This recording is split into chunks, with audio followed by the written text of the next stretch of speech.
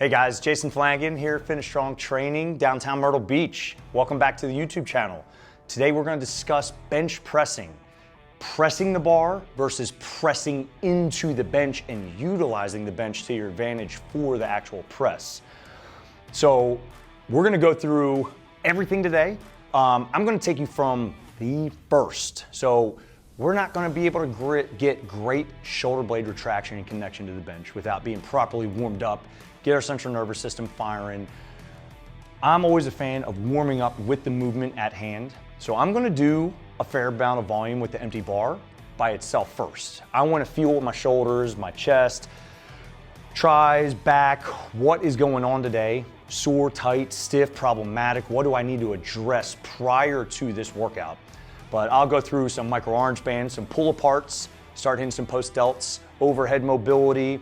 I'll start activating very light dumbbells, trying to get some blood flow into the shoulder blades, into the actual shoulder joints, some delts. Then I will start warming up. Basically, warm up has to be individualized. How well are you warming up with high volume? How well are you warming up with lower volume? It's all going to be dependent on how your body reacts to it. Myself, I'm a big high volume guy. With bench press specifically, I get better the more reps I do. I get a little bit better connection, a little better feel with myself and the bench and the bar and the weight in hand. Now, the warm-ups can be a little different for everybody. Some people like doing a little bit of cardio, get the heart rate up quick. I mean, you're talking like 1 to 2 minutes just to get the brain firing.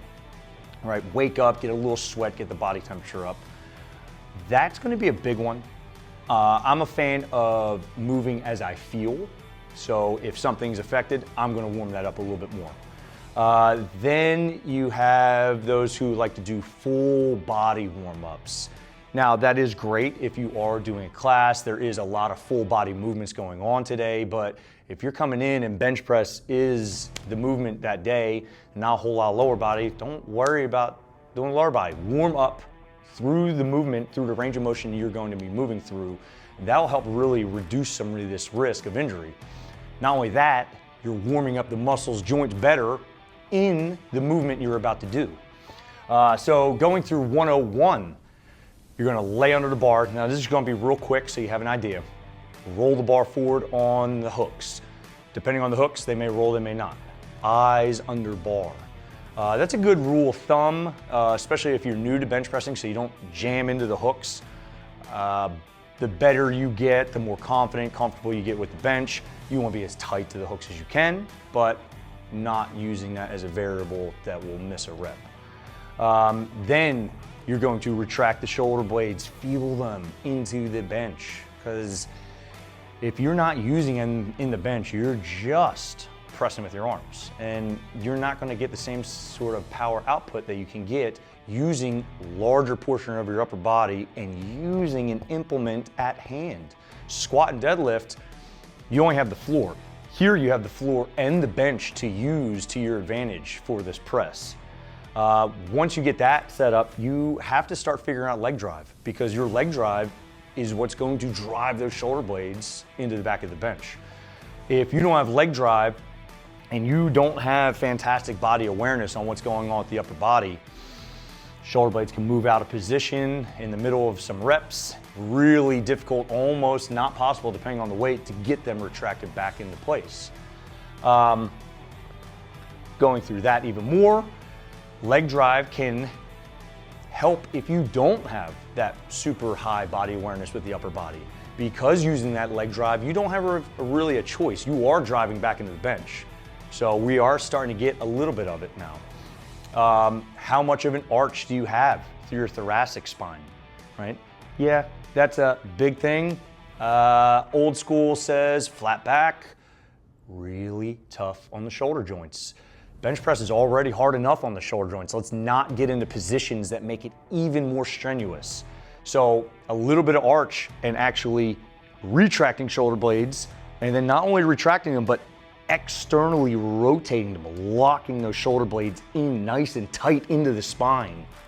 That way, the tighter you are, the more secure you are, the less range of motion you have, even at full lockout, but the less movement, the less room for variables. So that's bench 101 really quick. Now, the right way, the wrong way, what are some of these misses? So if you're hearing some of these misses that you're doing, most likely it's going to be shoulder blade related. The big one is the title of the video, pressing the bar versus pressing into the bench. It is like riding a bike. Once you get up and you start pedaling that first time, majority of the time, you're getting up and you're doing it again afterwards. You know that feeling, you're searching for that feeling of independence on those two wheels. It's the same thing with bench. Once you feel yourself use the bench to your advantage, you're physically pressing backwards. You want to press yourself through the bench into the ground. You don't want to press the bar, because if you do that, here comes another miss.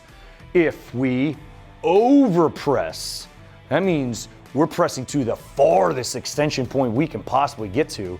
We're protracting our shoulder blades. You're overpressing. You're not pressing to full extension anymore, you're pressing to overextension. So keeping those shoulder blades locked in, you're only pressing to elbow extension, not until the shoulder blades come off the bench and most likely put you in a very bad position for the following reps. Another big miss is going to be really good off of the chest, but your weak point is the actual lockout. Now, a lot of times that'll come down to maybe the triceps are a little bit more of a weak point than the delts in the chest at that point. That's one end of the spectrum. The other end is you get off the chest and now you're trying to press the bar. You're not concentrating on the shoulder blades anymore. As soon as you drive back, become a little bit more patient and stay into the position you need to be, the bar will move, right? Time under tension. The more time under tension you have, your body is just recruiting more and more muscle fiber to complete the lift. Obviously, there's a threshold, but if you're patient enough, I bet you're probably going to be able to squeeze out a lot of those reps. Now, something that is important, but can be tough for a lot of people to learn is the wrist position. If you don't have a really strong neutral wrist, a lot of times they'll break on you as you come down, which is changing your bar path. Right? And a really good analogy is if you're throwing a punch, do you throw a punch with your palm facing the target or your knuckles facing the target with a neutral wrist? You want all the energy going through one direction through that wrist, not into the wrist, then into the bar, through the wrist into the bar. But just little minor things. Now that was just an example. Something like that could change your bar path, which could move your shoulder blades. So keeping each rep as intentional as you can, especially because this is something that is very difficult to learn, very difficult to feel. It has to be intentional. This is the most technique out of the big three, I would say. Squat, bench, dead, especially for beginners. As you get a little bit more advanced, I'd say that may change, but especially for the beginners, the novice lifters, bench press, take your time and master the technique before you start throwing massive weight up. Don't injure your shoulder on a high risk movement that shouldn't be. Bench press is very safe for the shoulders if we are in the correct position. Another really important part to not overlook is the equipment that you're using. So what bench are you using? What rack, what bar? Are they set up to the appropriate height? Do you have the crash bars set? Are you using them? Do you have a spotter, right? Are we doing maximal effort? Are we doing lactic acid threshold? Really, it doesn't matter, because if we're not set up properly with the correct equipment, we're leaving potential. So we may not be able to hit our 90% for 2 if we're set up on the incorrect equipment that's not allowing us our best position. If we're doing max rep for aesthetics and we get to 21 reps, but because we're in a bad position, we couldn't have squeezed out those 4 or 5 more that we really needed, wanted, we're leaving potential out. So, does your bench have 2 feet? Does it allow you to set your feet in the correct position? Or does it have 1 foot? Is the bench a powerlifting bench? Is it connected to the rack? Is it adjusted to the right distance off the rack, height-wise? Does it allow you a good position to create enough of an arch? Because if it's too high, you won't get enough of an arch or enough leg drive. So choosing these things appropriately, and you're not going to be able to figure it out just by looking. You're going to have to feel these things out. So just to recap it all, pressing the bar versus pressing into the bench. Massive difference. You've got to search for that feeling. Once you feel it, you'll search for it again. But it's not going to happen if you're just pressing to press. It's got to be with a purpose. Press backwards. You should feel your whole head, your shoulders drive back into the bench as you're pressing. You're not pressing the bar forward, you're pressing away from the bar back into that bench. Next time you go and lay on that bench, let's try it out. Let's think about what you're going to do. If you like this video, like, subscribe, stay tuned for more tips. We're going to keep posting these, and I hope everyone's getting better.